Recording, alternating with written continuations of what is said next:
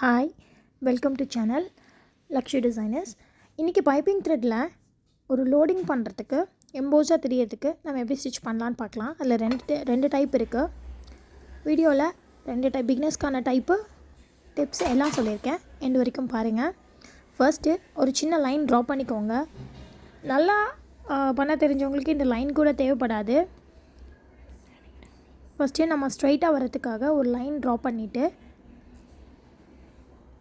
Thread எடுத்து நம்ம இந்த த்ரெட்டு ஆடாமல் இருக்கிறதுக்காக நம்ம ஜிக்ஸாக் ஸ்டிச்சு இல்லைனா மடுக்கன் ஸ்டிச்சுன்னு சொல்கிற இந்த நார்மல் த்ரெட்டை வச்சு நம்ம அந்த லைன்லேயே ஸ்டிச் பண்ணிக்கலாம்.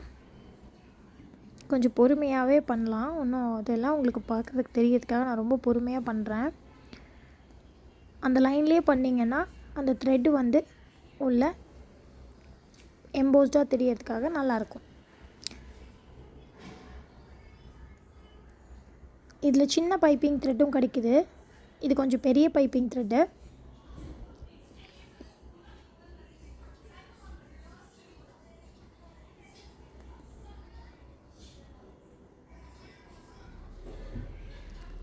அந்த லைன்லேயே போட்டிங்கன்னா ஸ்ட்ரைட்டாக இருக்கும். இதே ஒரு லீஃபுக்கு ஃப்ளவருக்கு போடும்போது நம்ம அதுக்கேற்ற மாதிரி வரைஞ்சிட்டு அது மேலேயே நம்ம நீடில் வச்சு நார்மல் நீடில் வச்சு கூட பண்ணலாம். ஆரி நீடில் வச்சும் பண்ணலாம். ஸ்டிச் பண்ணிக்கோங்க. எண்டு வரைக்கும் ஸ்டிச் பண்ணிவிட்டு ஒரு எண்டு நாட் போட்டுக்கலாம்.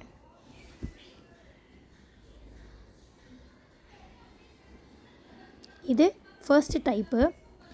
இந்த டைப்பு கொஞ்சம் நீங்கள் ப்ராக்டிஸ் பண்ணிட்டீங்கன்னா இது ஈஸியாக வந்துடும். இப்போ செகண்ட் டைப் பார்க்கலாம். செகண்ட் டைப் பார்த்திங்கன்னா கொஞ்சம் பிகினர்ஸ்க்கு பார்த்திங்கன்னா அந்த ஸ்ட்ரைட்டாக வராது. அதில் நிறைய இஷ்யூஸ் வரும். ஸோ நம்ம என்ன பண்ணலாம், ஃபஸ்ட்டு லைட்டாக க்ளோ போட்டு நம்ம இந்த பைப்பிங் த்ரெட்டை ஸ்டிப் பண்ணிக்கலாம். இந்த பைப்பிங் த்ரெட் ஸ்டிப் பண்ணுறதுல என்ன ஒரு பிரச்சனைனா, நீங்கள் க்ளோ ஜாஸ்தி போட்டு பைப்பிங் த்ரெட்டுக்கு வெளியிலலாம் தெரிகிற மாதிரி போட்டிங்கன்னா ஸ்டிச் பண்ணும்போது நீடில் அந்த க்ளோ இருக்கிற இடத்துல உள்ளே போகாது. ரொம்ப கஷ்டமாக இருக்கும். இப்போ நம்ம நீடில் ஒரு த்ரெட் நீடில் கொஞ்சம் ஸ்ட்ராங்காக இருக்கும். அதையே ரொம்ப கஷ்டப்பட்டு தான் நம்ம உள்ளே இன்ஜெக்ட் பண்ணுற மாதிரி இருக்கும். பீட் நீடில்லாம் வளையும். அதனால் நீங்கள் க்ளோ போடும்போது எப்போவும் எப்படி போடுனீங்கன்னா கொஞ்சமாக உங்களுக்கு கொஞ்சோண்டு அசையாமல் உங்களுக்கு ஸ்ட்ரைட்டாக நீங்கள் போட்டுக்கிட்டிங்கன்னா ஸ்டிச் பண்ணுறதுக்கு ஈஸியாக இருக்கும். இதுக்கப்புறமா நம்ம என்ன பண்ணலாம், இதில் ஜிக்ஸாக் ஸ்டிச்சு நம்ம போட்டுக்கலாம். நம்ம எப்படியும் ஸ்டிச் போட தான் போகிறோம். அதனால் வந்துடும் அந்த மாதிரிலாம் நீங்கள் பயப்பட வேண்டிய அவசியமே இல்லை. லைட்டாக க்ளோ போட்டு பண்ணிக்கோங்க. இதே தான் பைப்பிங் த்ரெட் மட்டும் இல்லைங்க, நம்ம ஸ்டிப் பண்ணுற எல்லா இதுக்கும் இப்படி தான். ஒரு சின்ன பீடில் நான் உங்களுக்கு ஸ்டிப் பண்ணி காட்டுறேன். இப்போ பாருங்கள், இந்த பீடை க்ளோ கொஞ்சம் நிறைய போட்டேன்னா நம்ம ஒரு பீடை வச்சு ரொம்ப அழுத்துறோம் அப்படின்னா அந்த க்ளோலாம் வெளியே வந்துடும். இப்படி வரும்போது இது காஞ்சிச்சுன்னா என்ன ஆகும்னா உங்களுக்கு அந்த இடத்துல கிளாத்தில் ஒரு படிஞ்சிடும் அந்த க்ளோ. திருப்பி நம்ம ஸ்டிச் பண்ணும்போது பார்த்திங்கன்னா நீடில் உள்ளே போகிறதுக்கு கஷ்டமாக இருக்கும். அது எல்லாத்துலேயுமே உங்களுக்கு பைப்பிங் த்ரெட்டு சின்ன சின்ன பீட்ஸு எல்லாத்துலேயுமே நீங்கள் க்ளோவை கம்மியாக போட்டு ஸ்டிச் பண்ணுங்கள். அது வந்துடும்லாம் நீங்கள் பயப்பட வேண்டியதில்லை.